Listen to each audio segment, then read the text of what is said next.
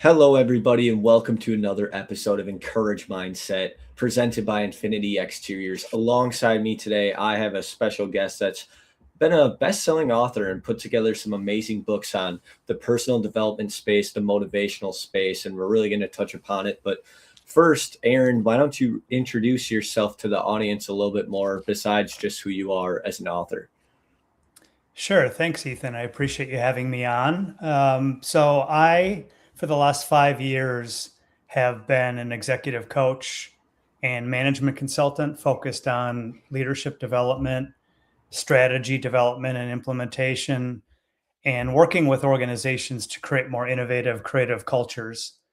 Prior to that, I spent 26 years in corporate America in various roles and essentially have retired from that to focus on helping people become better individuals, better business leaders, better thinkers, and it's more effective in their lives.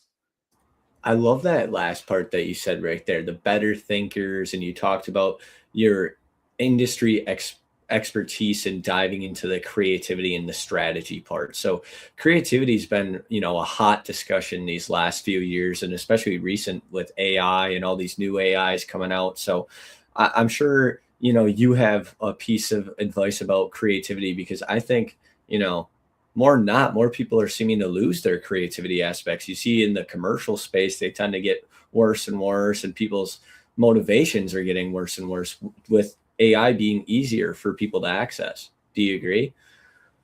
Yeah, I do. We can use it as a tool or we could use it as a crutch.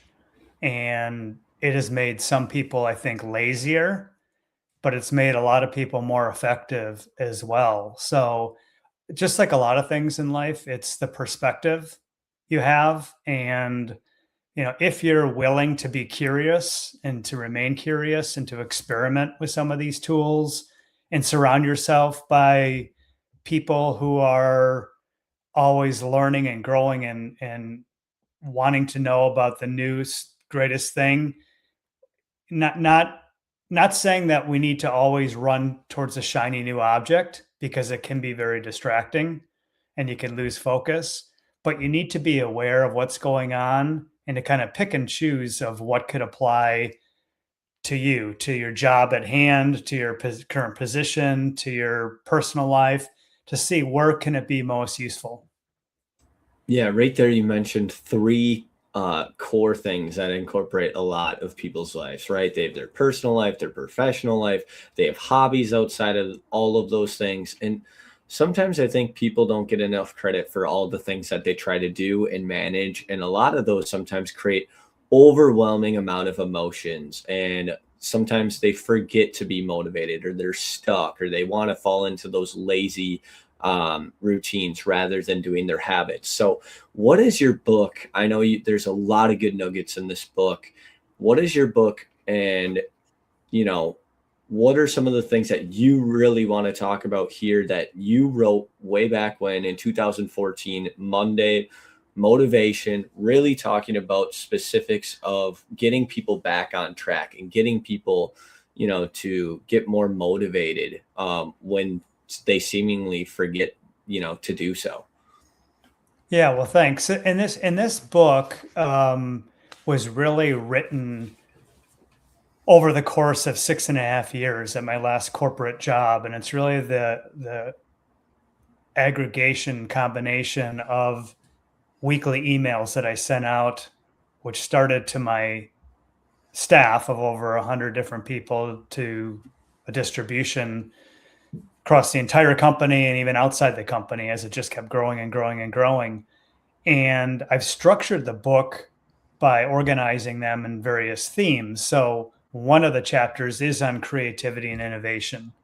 I have a chapter on leadership, which I actually wrote my first book called Love to Lead, essentially on a lot of the same things that I've written prior to publishing that book, which is in my second book. So it's kind of funny how there's overlap. And, Hmm. even as I'm thinking about this podcast and scanning through this book, it was kind of fun to see how, my thinking has evolved over time, how much it's similar, where there is the overlap between those two books. So, I think that especially in today's age where there's so much uncertainty, there's so much unknown, the world is moving at a pace unlike we've ever seen before. Sometimes we need just to stop and take a breath and reflect and almost put aside our stresses of the day and do some of that inner work. And I talk about in my first book, probably the third of the book is all about knowing thyself and understanding yourself and what are your core values, what are your beliefs, what are your strengths, how do you define success personally. Everyone defines it a little bit differently. And then I look in my second book and I have very similar themes in a lot of those areas about even friendship and connection Hmm. and gratitude and what is meaning and what is purpose in life. So I really think it starts there. It starts looking inward and truly trying to understand yourself, knowing that you'll probably never get that finite, final answer. But it's that beginner's mind, right? We're always learning, growing, evolving because we have to. Yeah, I like that beginner's mind. I also like part of your book where it mentions care more than others think is wise, risk more than others think is safe. Like, tell me what got you to think in that perspective? Because a lot of people, I mean, you worked in corporate America, you've seen a lot of people's attitudes and mindsets towards getting up for a 9 to 5 job. It's not real exciting. People tend to get burnt out quickly. That's why, you know, there's consulting services like what you offer, there's leadership courses to take, there's the reason why we have our weekends to look forward to. How can we get back on track into, maybe it is corporate America or maybe it's something else, like how do we get more company cultures to think more like what you were doing with your short inspirational messages? I think it's that mindset that your true purpose and any purpose really of an organization isn't just to make money, isn't just to reach a certain level or reach a certain title, or it's really beyond that. And I think the best leaders that I've ever worked for and the ones that I admire are the ones that believe that they are true servants, that organizations exist to serve, that it's really about people serving people. And at the end of the day, that's what all organizations should think about it as. It's like, so I think of it this way, like to serve is really what you do. Service is what we provide or what the organization provides. And a servant is who we are. And I think if we just view ourselves as that, right? You can only impact yourself. It starts with you. It starts with the man in the mirror. So, to influence others, you first have to change that paradigm shift. And to the partial quote that you read earlier, that was part of my first Monday Motivation Monday Hmm. Mo email that I've ever written. And I don't think there's too many people that have thought, oh, that person he cares too much. He cares too much about his people. He cares too much about the organization. Normally, it's the exact opposite. Normally, it's the leaders that eventually fail and fall, are the ones that put themselves first. They're self-serving, right? Who do they care about the most? Who's number one? Themselves. And you can be very successful, and even retire with a lot of money. But at the end of the day, how are people going to remember you? Are they going to remember you for the person that truly cared about the people that they were leading, or do they remember you as, yeah, that guy was just a jerk? He manipulated his way to the top and threw people under the bus and did it all the wrong ways, and never really showed that love and concern and nurturing mindset that, like so many people, they aspire to have leaders like that. They aspire to be in the presence of people that have that mentality. And I think it was my mom that once told me, count your blessings, but also make your blessings count. Hmm. And really, that second part is emblematic of servant leadership. Of God has given us a lot of strengths and innate talents. All of us are special in different ways, but it's our job to give back and to make those blessings count. Totally agree. Totally agree. I also love that a part of your book, one of the key themes is setting high standards. And I think this will be a great thing for you to talk about and dissect a little bit, because there's people that think expectations is the same thing as standards, and standards is the same thing as expectations, when clearly they're two different things. And so some people fall in that category if they don't know what a difference is between standards and expectations are. So, Aaron, I'd love for you to kind of clear the air on what that difference is, because it's a key value in your book that I think really shares setting high standards is what we're trying to accomplish. So what do you think the difference is? I'm Yeah, that's a good question to ask me back. But I, you right know, back I at you, Ethan. yeah, I appreciate that. I didn't really have time to process that, so that's good. But I would say, you know, a standard to me is like it's like a line in the middle here, and it's like it's just basic. It's like a basic thing that you just always do, so, like you don't even think about it.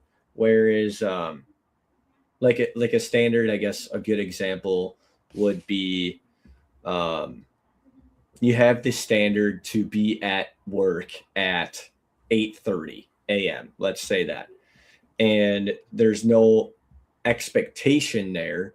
There's just a standard that, like, that's your core guideline to be there.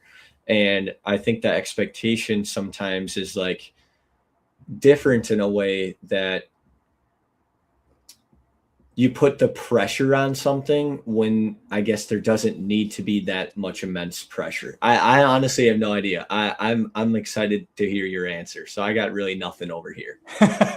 Well, and maybe it's just nuance, or maybe the distinction isn't as important as we think. But like the way that you just defined it is, to use a technology term, standard is maybe like spec.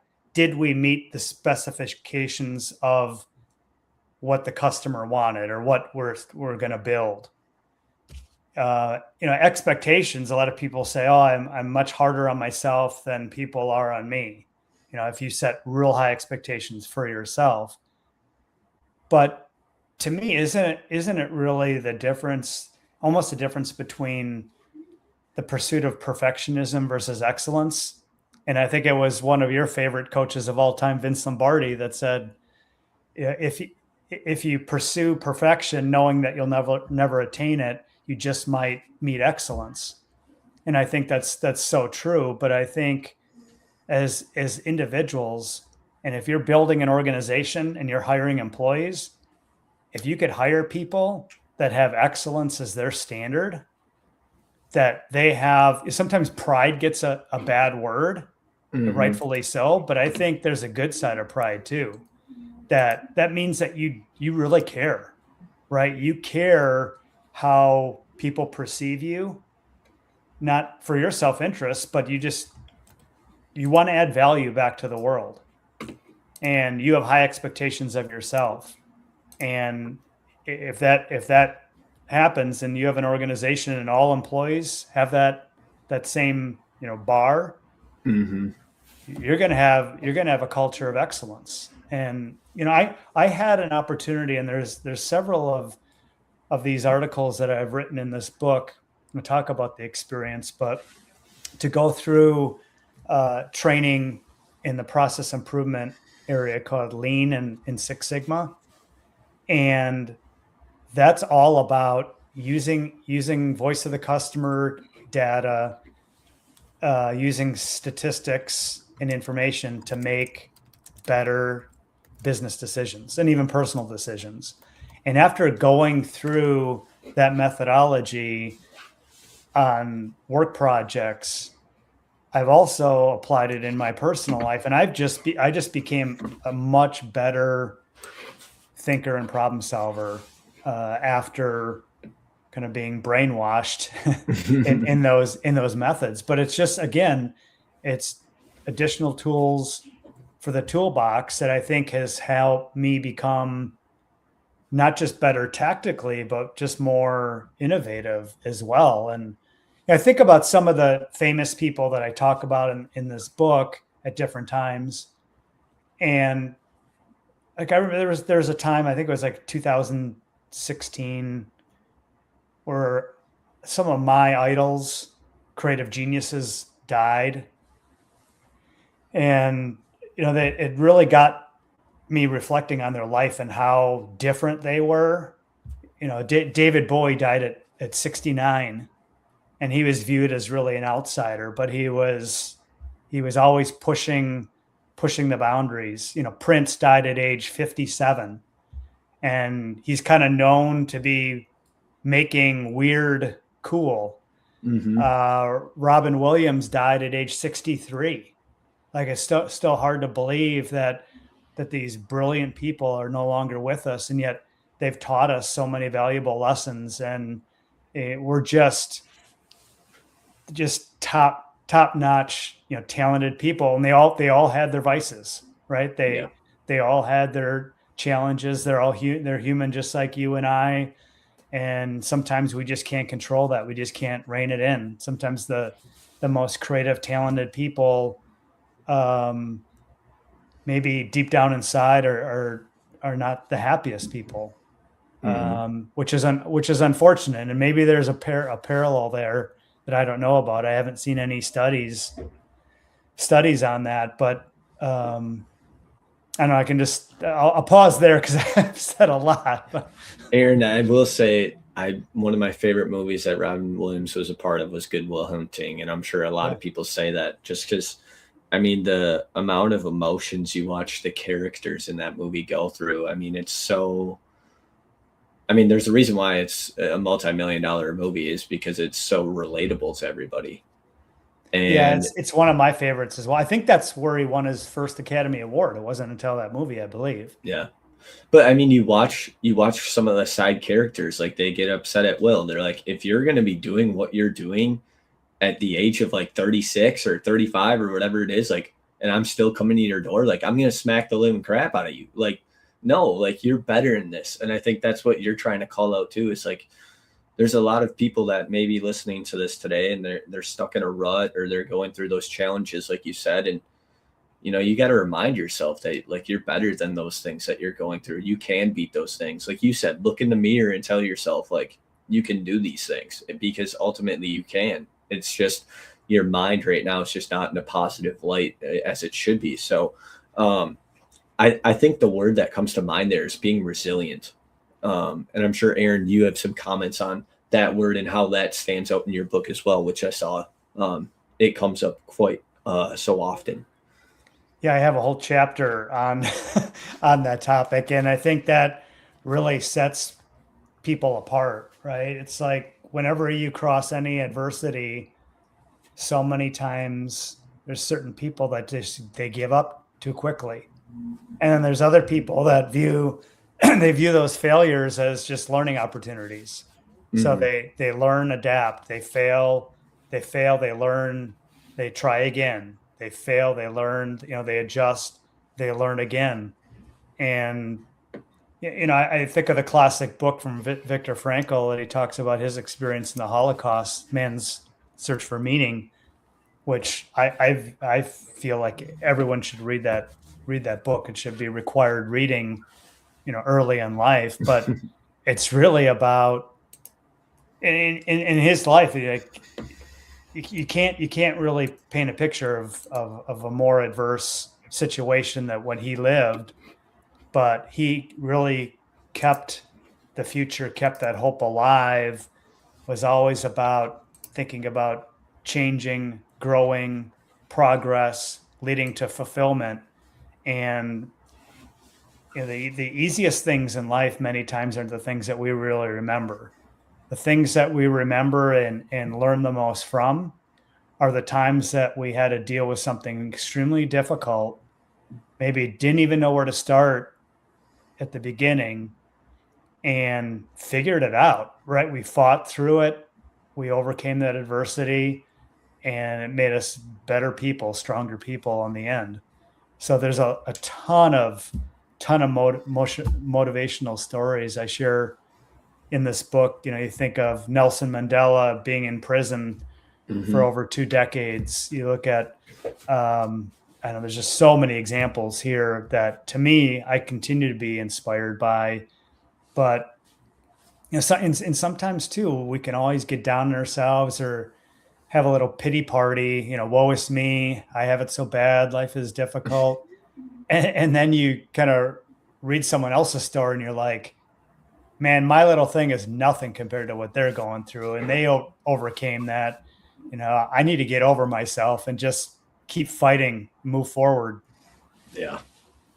I mean, look at a lot of those professional athletes' stories. I mean, the Olympics right now is going on, Right. and they highlight a lot of truly touching stories. And I love that aspect.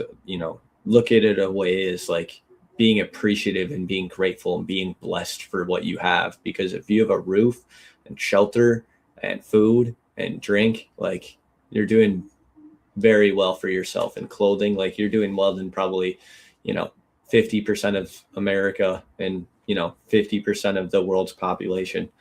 So, Aaron, I think we've had a lot of fun talking about your key themes in the book, a lot of good highlights, a lot of good, powerful messages that stemmed from your book, Monday Motivation, that you whipped up from sharing stories and inspiring messages. Is there anything else you want to share today on the Encourage Mindset podcast?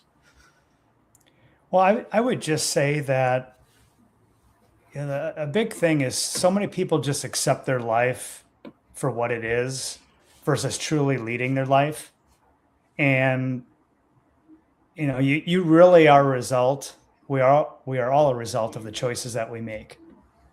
And we can't choose the environment in which we were born, Hmm. right? And I was very blessed to be born with a mom and a dad in a stable household and have a really good free education and go to college and progress. And my environment wasn't toxic, wasn't volatile. You think of so many people that weren't as lucky, and yet so many people have overcome that to be great in contributing positively to society. But at the end of the day, regardless of your circumstances, we can all choose. We can choose our attitudes each and every day. We can choose our behaviors. We can choose, really determine our own character. And, we are the product of the decisions we make, the people we surround ourselves around, the experiences that we do. And all we are is really a collection of all those things. Yeah. Yeah, I don't really think I have anything else to add on that besides lead with love, lead with empathy, lead with an inspiring message today from Aaron that hopefully gets all of you guys today listening more excited and more eager to attack, those days to come. Well, thanks so much for being on the podcast today, Aaron. It was a pleasure to have you on. Thanks, Ethan. It was fun. We could probably talk a couple more hours on this topic if we wanted to. Totally.